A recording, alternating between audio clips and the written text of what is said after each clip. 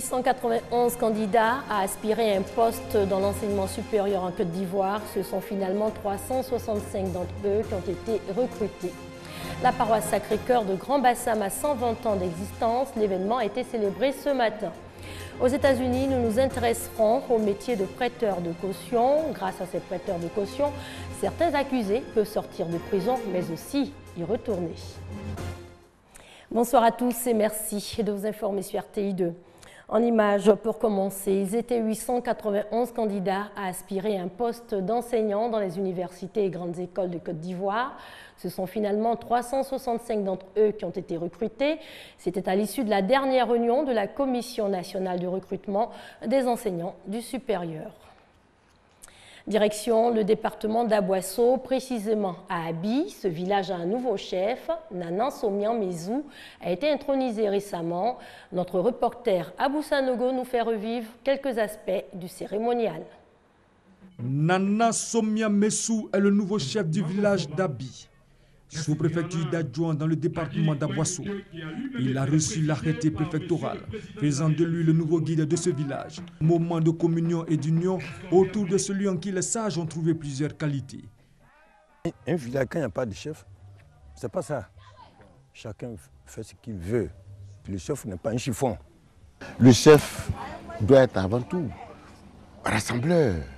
Il doit avoir de l'autorité. Mais également, le chef doit être un agent de développement. La parade de la pirogue d'Abi avec une centaine de piroguiers, pagayant à l'unisson, a permis à Nana Somian Mezou de communier avec son peuple. Cette cérémonie d'installation s'est déroulée en présence du ministre Jean-Claude Brou, représentant le Premier ministre Daniel Kablan-Duncan, des autorités administratives et politiques du département d'Aboisseau. Elle était placée sous l'autorité morale de Nana Amon Ndoufou V, roi du Sanvi. Nous sommes dimanche et on va parler religion. La paroisse Sacré-Cœur de Grand Bassam a 120 ans d'existence. Ce dimanche, les fidèles ont célébré l'événement, les temps forts avec doigts des lasers. Procession, chant et adoration. Les fidèles catholiques de la paroisse Sacré-Cœur de Grand Bassam célèbrent les 120 ans de leur paroisse. L'évangélisation est partie de Bassam, précisément d'ici. Et aujourd'hui, nous avons des prêtres, nous avons des paroisses, nous avons des évêques, nous avons ce qu'il faut pour que l'Église puisse continuer son œuvre.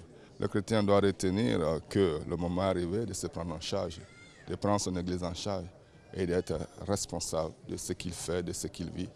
L'Église catholique a fait ses premiers pas en Côte d'Ivoire dans cette paroisse historique des temps coloniaux. Pour les fidèles, cette célébration est un hommage rendu aux premiers missionnaires qui, à travers leurs évangélisations, ont permis d'implanter l'Église catholique partout en Côte d'Ivoire. Bassam, c'est la première capitale, la première commune inscrite au patrimoine de l'UNESCO. Et puis c'est cette terre même que Dieu a choisi pour apporter sa bonne nouvelle.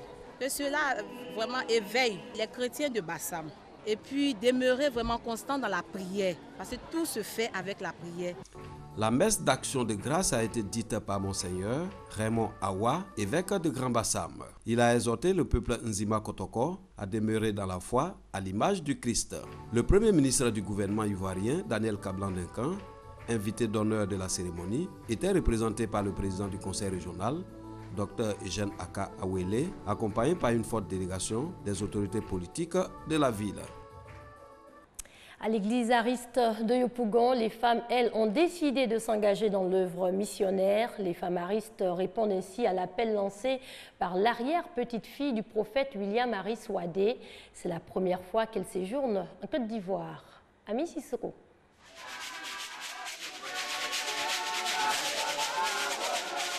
Ambiance festive à l'église Ariste Temple Noé de Yopougon Nyangon Base CIE. La communauté a reçu la visite de l'arrière-petite-fille du prophète William Wadé Aris, père fondateur de l'église Aris. Au cours du culte qui a été dit, le prédicateur a invité les fidèles à une vie de prière plus accrue. L'hôte a par ailleurs invité les fidèles au partage. Il faut prier. Nous devions prier, restons unis. Dorénavant, on va travailler ensemble. Cette visite marque le début d'une nouvelle collaboration entre toutes les communautés des églises Aris du monde. Aussi, permettra-t-elle le renforcement de la foi des chrétiens à Aris? Sa petite sœur m'a dit, son grand frère disait ceci, je vais en Côte d'Ivoire, 100 ans, je serai de retour. Il lui a posé la question, mais 100 ans, tu vas mourir? Il dit, 100 ans, je serai de retour au Libéria, je serai de retour en Côte d'Ivoire. Et voilà que 100 ans après, nous voici dans la joie avec un membre de la famille du prophète William Wadé Aris. L'église Aris de Côte d'Ivoire est la première communauté que visite l'arrière-petite-fille du prophète un siècle après la mort de ce dernier. Hors de chez nous, tout d'abord en bref, la Guinée a un nouveau Premier ministre, Mamadi Youla, à 54 ans. Il remplace Mohamed Saïd Fofana à la tête du gouvernement. Le nouveau Premier ministre, avant sa nomination, occupait les fonctions de directeur général de la compagnie minière Guinea Alumina Corporation et le poste de président de la Chambre des mines de Guinée. Au Bangladesh, les leçons de natation à l'école sont désormais obligatoires. C'est un procédé pour lutter contre la noyade. En effet, dans ce pays, un enfant se noie en moyenne toutes les demi-heures. Jahanara a perdu son fils il y a 4 ans. Il s'est noyé à 14 ans en jouant dans un canal de Dhaka. Quelques jours avant son décès, il avait demandé à sa mère des cours de natation.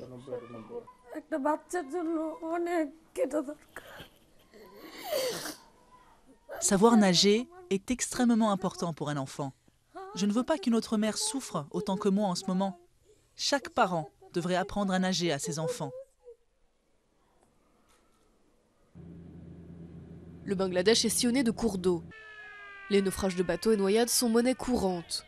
Chez les moins de 18 ans, c'est la cause de décès la plus fréquente. Un enfant meurt noyé toutes les demi-heures en moyenne. Le gouvernement a donc récemment annoncé que les cours de natation à l'école seraient obligatoires. J'avais peur de l'eau avant. Et puis ma mère et le professeur m'ont appris à nager. Et maintenant, j'ai suffisamment confiance pour y aller toute seule. L'initiative n'en est qu'à ses débuts.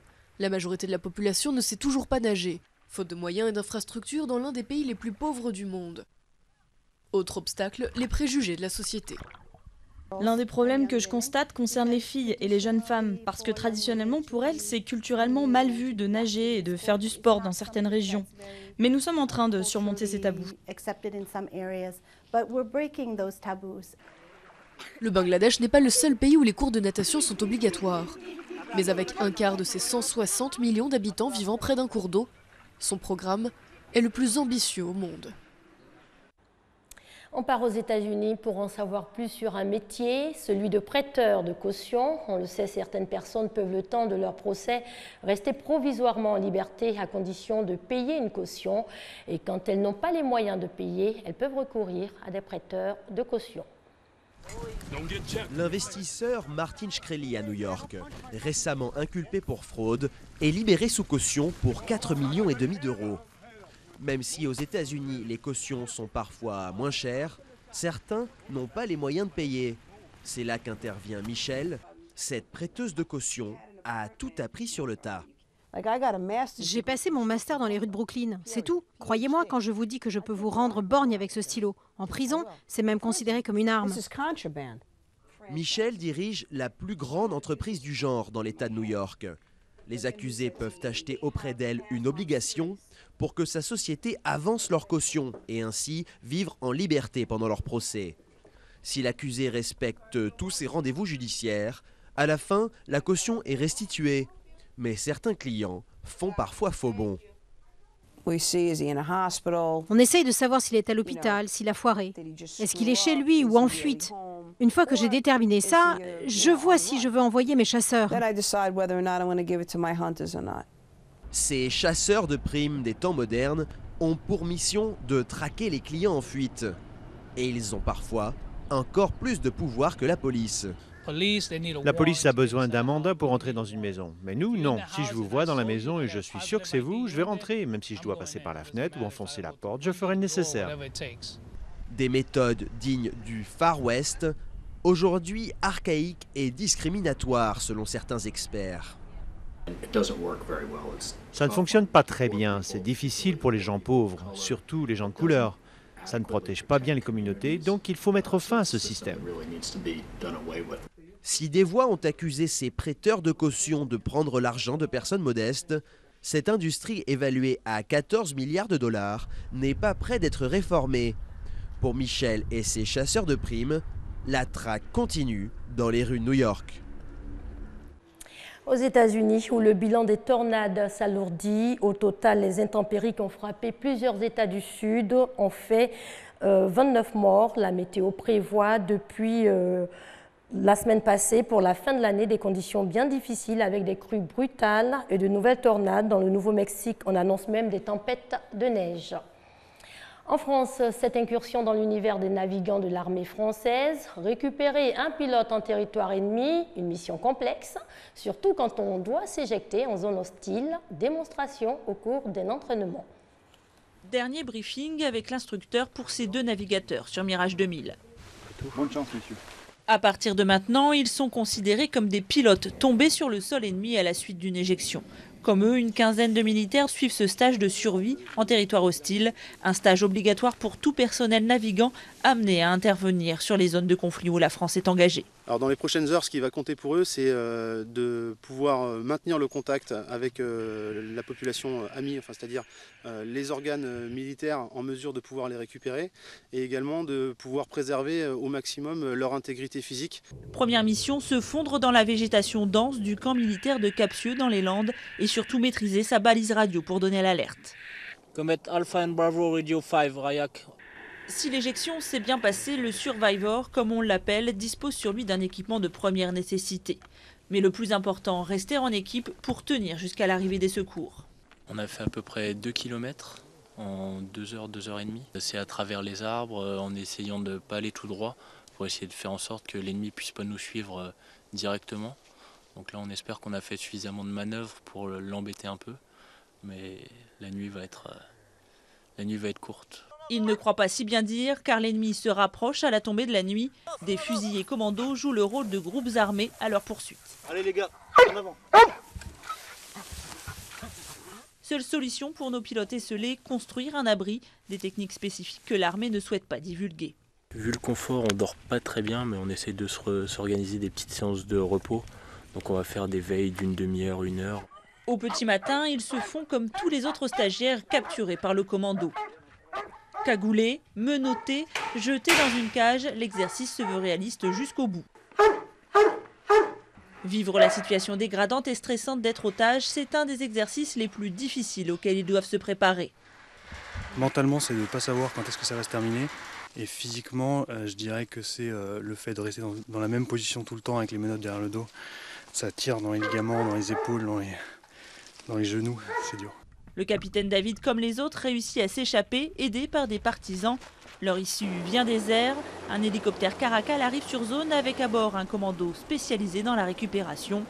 Mais l'ennemi, lui, ne se laisse pas approcher si facilement.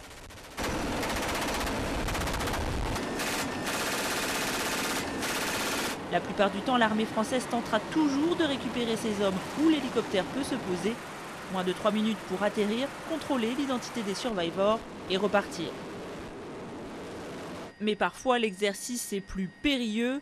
Impossible de se poser, c'est par grappe que ces 2 pilotes sont exfiltrés. À l'arrivée, les traits sont tirés, mais tous dorénavant mieux conscients des risques. On aura sûrement les bons réflexes et en tout cas d'éviter les erreurs grossières qui peuvent tuer en quelques secondes parce qu'on s'est mal caché, parce qu'on a mal géré l'équipement. Si les cas réels sont rares, il ne faut pas minimiser le risque car la France est engagée sur 3 terrains de guerre dont le très compliqué théâtre syrien où un avion russe vient d'être abattu avec 2 pilotes à bord. Alors c'est ici que nous refermons les pages de ce journal. Bonne soirée dominicale sur les antennes de l'RTI, la marque du service public.